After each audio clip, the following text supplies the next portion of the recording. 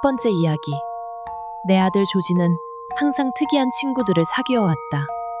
왜 그런지는 모르겠지만 어린 시절부터 늘 주변에 이상한 아이들이라고 불릴 만한 친구들이 많았다. 이런 일에 대한 이야기는 수도 없이 많지만 특히 잊혀지지 않는 한 가지가 있다. 조지가 초등학교 4학년이던 해 남편의 인사발령으로 인해 우리 가족은 새로운 도시로 이사를 하게 되었다. 조지는 원래부터 외향적이고 사교적인 성격이라 새로운 친구를 사귀는 것에 대해 크게 걱정하지 않았다. 우리 가족은 새로운 환경에 잘 적응하고 있었고 조지도 학교에서 즐겁게 생활하는 듯했다. 첫 학부모 모임에서 조지 반 친구들의 부모들을 만났을 때 나는 매우 기뻤다. 그들은 모두 성실하고 정직해 보이는 사람들이었다. 하지만 이사 온 지 몇 달이 지나고 나서 어느 날 학교에서 전화가 왔다. 조지가 다른 학생과 관련된 사건에 연루되었으니 학부모가 직접 와서 이야기를 나누어야 한다는 것이었다. 남편은 업무 중이었기 때문에 내가 가기로 했다. 학교로 가면서 나는 화가 나기도 하고 한편으로는 혼란스럽기도 했다. 조지가 싸움을 했다는 생각에 화가 났지만 동시에 조지는 원래 폭력적인 아이가 아니었기에 도대체 무슨 일이 있었던 건지 궁금했다. 더욱 이상한 것은 학교로 가는 동안 조지가 내 질문에 단 한마디도 대답하지 않았다는 점이었다. 평소라면 지나치게 솔직하게 말하는 성격인데 그날은 유독 침묵을 지키고 있었다. 부끄러움 때문인지 아니면 두려움 때문인지 알 수 없었지만 나는 더 이상 추궁하지 않았다. 학교에 도착하자 교장 선생님은 조지를 교무실 밖에서 기다리게 하고 나를 안으로 들였다. 그리고 조지의 평소 행동에 대해 여러 가지 질문을 했다. 집에서는 어떤지, 말을 잘 듣는지, 버릇없이 굴지는 않는지 등등. 나는 솔직하게 대답했다. 조지는 예의 바르고 말을 잘 듣는 아이였다. 단순히 부모로서 하는 말이 아니라 객관적인 사실이었다. 그리고 마침내 교장 선생님이 사건의 전말을 이야기해 주었다. 조지가 친구 세바스찬과 작은 충돌이 있었다는 것이었다. 나는 도대체 무슨 일이 있었는지 묻자 선생님은 이렇게 설명했다. 점심시간이 끝나고 조지와 세바스찬이 마지막까지 운동장에 남아 있었고 둘이 함께 계단을 오르던 중이었다. 그런데 갑자기 조지가 주머니에서 지우개를 꺼내어 세바스찬의 머리를 내리쳤고 세바스찬은 바닥에 쓰러지며 비명을 질렀다는 것이었다. 나는 믿을 수 없었다. 조지는 그런 행동을 할 아이가 아니었다. 게다가 조지는 세바스찬을 매우 좋아한다고 여러 번 말해왔었다. 교장 선생님에게 더 많은 정보를 물었지만 선생님도 자세한 것은 알지 못했다. 사건 당시 아무도 그 장면을 목격하지 못했기 때문에 두 아이의 진술만이 전부였다고 했다. 결국 교장 선생님은 조지를 처벌하지 않겠다고 했다. 작은 다툼은 종종 있는 일이며 단순한 오해일 수도 있으니 알려주는 것뿐이라고 했다. 학교를 나와 집으로 가는 길에도 조지는 여전히 말이 없었다. 그러다 그날 밤 잠들기 직전이 되어서야 입을 열었다. 나는 이미 조지가 침묵하는 것에 지쳐 있었기에 약간 화가 난 상태였다. 그랬기 때문에 조지가 드디어 입을 열었을 때 안도감이 들었다. 엄마, 세바스찬이 나를 속였어. 나는 무슨 뜻인지 물었다. 그러자 조지는 그날 사건의 진짜 이야기를 털어놓았다. 둘은 스트리트 파이터 놀이를 하고 있었고 세바스찬이 알려준 대로 조지가 코기술을 쓰는 것처럼 연기하기 위해 지우개를 꺼냈다고 한다. 그런데 갑자기 세바스찬이 바닥에 쓰러지며 심하게 다친 척을 했고 조지에게 다가와 속삭였다고 한다. 내가 정말로 다친 것처럼 행동하지 않으면 널 진짜로 다치게 할 거야. 조지는 너무 겁이 나서 그대로 따를 수밖에 없었다.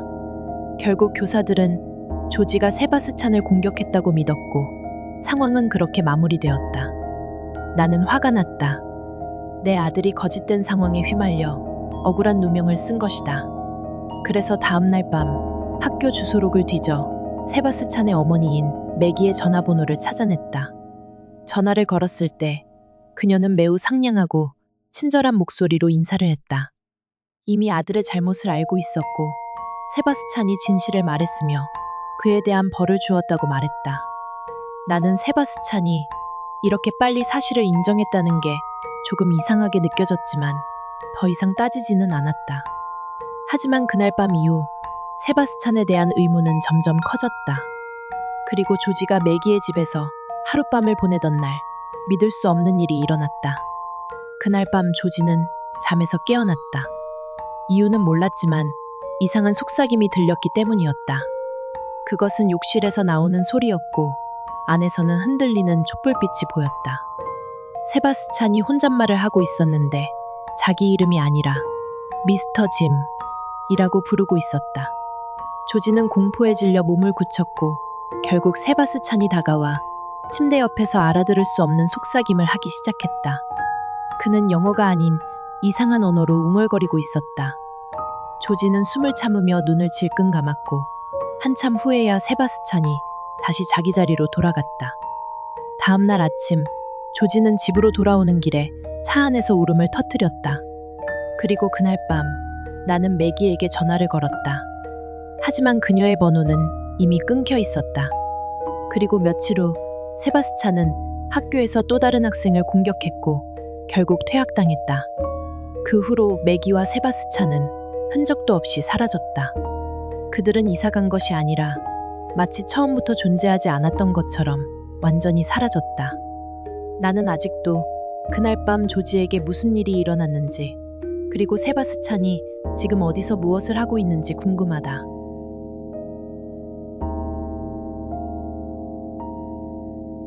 두 번째 이야기. 내 어린 시절은 조금은 평범하지 않았다. 나는 미국 남부의 침례교 가정에서 자랐다.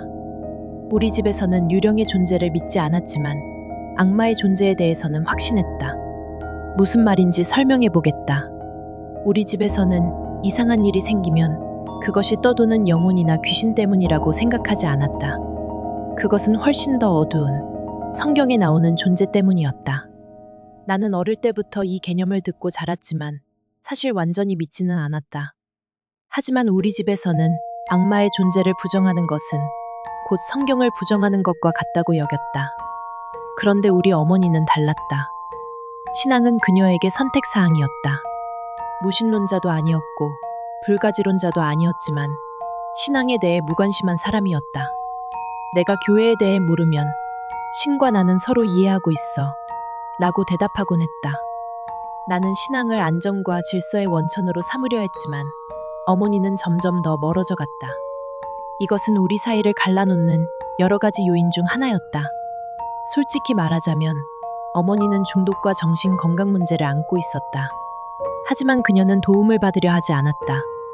어떤 날은 정상적으로 생활했지만 또 어떤 날은 완전히 정신이 나간 것처럼 행동했다. 나는 어머니의 행동을 개인적으로 받아들이지 않으려 했지만 어린 나에게 그것은 쉽지 않았다.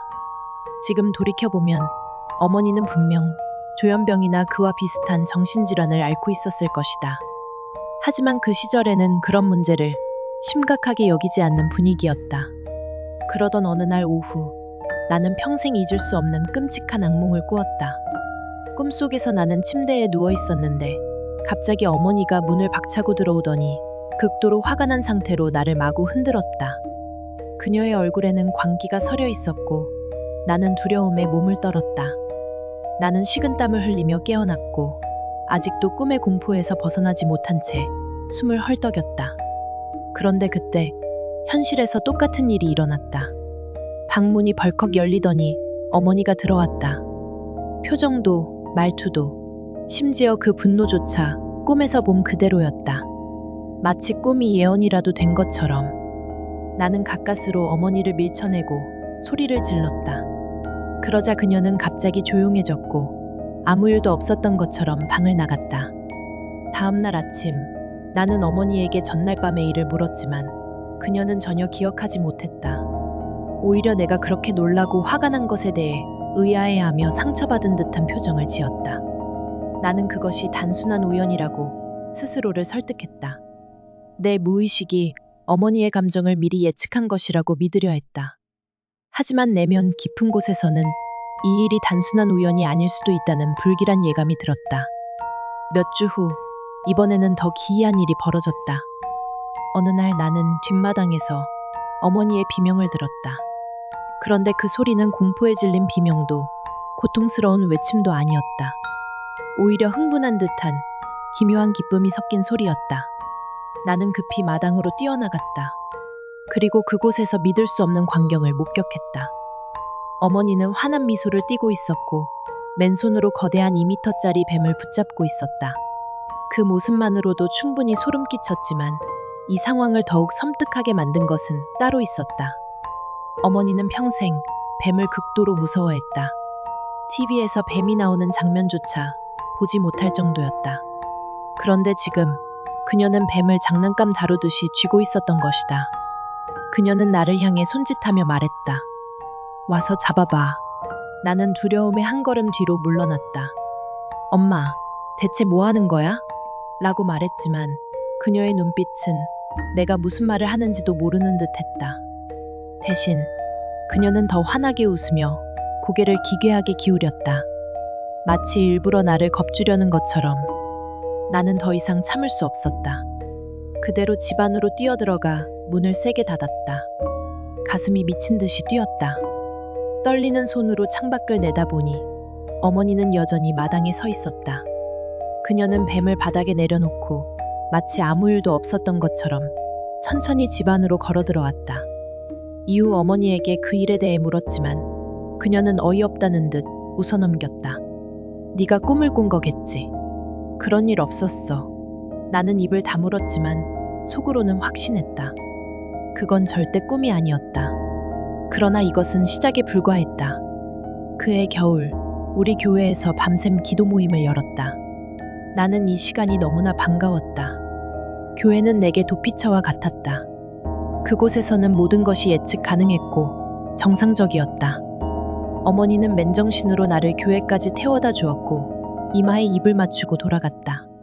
하지만 새벽 4시 30분쯤 교회 전체에 울려 퍼지는 강렬한 노크 소리가 들려왔다. 우리는 모두 놀라서 잠에서 깨어났다. 이상한 점은 그 소리가 건물을 빙 둘러가며 들렸다는 것이었다. 마치 누군가가 교회를 빙 돌며 문을 두드리고 있는 것처럼. 때때로 소리는 여러 방향에서 동시에 들려왔다. 우리는 목사님을 깨웠다.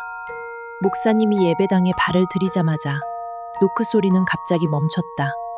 그리고 문을 열자 거기에는 어머니가 서 있었다. 그녀는 맨발로 얼어붙은 땅 위에 서 있었고 몸은 땀에 흠뻑 젖어 있었다. 그녀는 목사님을 전혀 신경 쓰지 않고 오직 나만 바라보았다. 그녀의 얼굴에는 기괴한 미소가 떠올랐다. 그리고 나를 향해 천천히 걸어왔다. 나는 움직일 수 없었다. 결국 차에 올라탔지만 어머니는 아무 말도 하지 않았다. 다음 날 아침, 그녀는 아무 일도 없었던 것처럼 밝게 웃으며 아침을 차리고 있었다. 그리고 그날 밤, 이를 전혀 기억하지 못했다.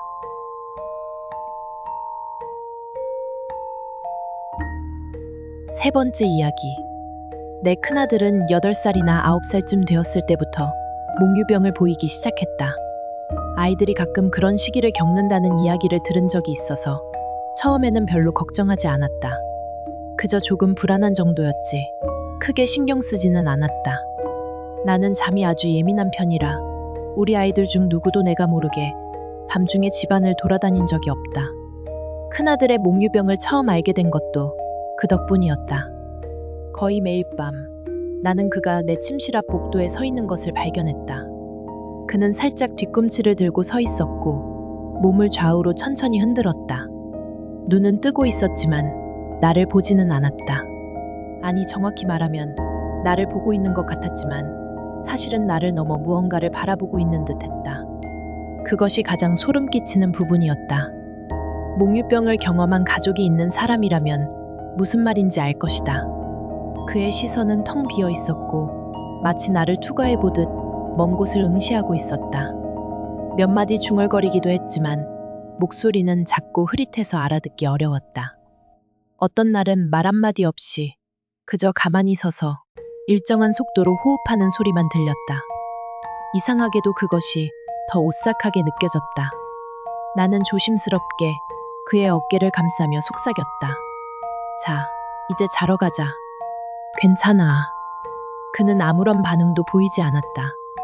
나는 천천히 그의 등을 밀어 침대로 돌려보냈고 그는 순순히 따라갔다. 하지만 아침이 되면 그는 전혀 기억하지 못했다. 몇 달 후 그의 몽유병은 더욱 이상한 형태로 발전했다.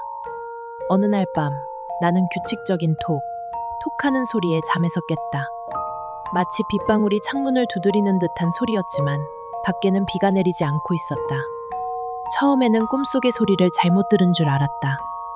하지만 계속해서 들려오는 소리는 일정했고 반복적이었다. 나는 눈을 떴다. 남편은 곤히 자고 있었다. 문 쪽에서 소리가 나고 있었다. 솔직히 말해, 그때까지 나는 전혀 두려움을 느끼지 않았다. 그저 궁금했을 뿐이었다. 나는 조용히 침대에서 일어나 문을 열고 복도로 나갔다. 그리고 그곳에서 내 아들을 발견했다. 그는 벽을 마주보고 서 있었고 이마를 천천히 벽에 부딪히고 있었다. 톡. 아주 미세한 소리지만 일정한 간격으로 계속되었다. 그의 손끝은 벽을 따라 부드럽게 움직였고 마치 벽을 뚫고 지나가려는 것처럼 보였다. 나는 그의 이름을 불렀다. 하지만 그는 아무 반응이 없었다. 계속해서 이마를 벽에 부딪히고 있었다. 무언가를 시험하는 듯한 혹은 벽 너머로 가려는 듯한 움직임이었다. 나는 가까이 다가갔다. 하지만 그 순간 이상한 기분이 엄습했다. 그가 움직이는 방식이 너무도 기이했다. 등골이 서늘해졌다. 나는 조심스럽게 그의 어깨에 손을 얹고 가볍게 흔들었다. 그러자 그는 갑자기 멈추더니 눈을 몇 번 깜빡였다. 그리고 아무 일도 없었다는 듯 내게 이끌려 침대로 돌아갔다. 다음 날 아침, 그는 역시나 아무것도 기억하지 못했다. 그 후로 몇 번 더 같은 일이 반복되었지만 그다지 자주 있는 일은 아니었다. 시간이 지나면서 나는 그것이 몽유병의 일부라고 생각하게 되었다. 결국 그는 점점 나아졌고 어느 순간부터 몽유병 증상은 완전히 사라졌다. 복도에서 서 있던 그의 모습은 이상한 기억 속으로 사라져갔다. 그러나 몇 년 후, 내 둘째 아들이 똑같은 행동을 하기 시작했다. 그 역시 같은 나이에 몽유병을 시작했다. 처음에는 대수롭지 않게 여겼다. 유전적인 요소일 수도 있고 단순히 성장 과정에서 나타나는 현상일 수도 있었다. 하지만 나는 점점 이상한 점들을 발견하기 시작했다. 둘째 아이도 복도에서 서 있었다. 천천히 몸을 흔들고 눈은 떠 있지만 아무것도 보지 않는 듯한 모습. 그의 움직임은 우연이 아니었다. 정확히 첫째 아들이 했던 것과 같은 방식이었다. 그리고 어느 날 나는 다시 그 톡 소리에 잠에서 깼다.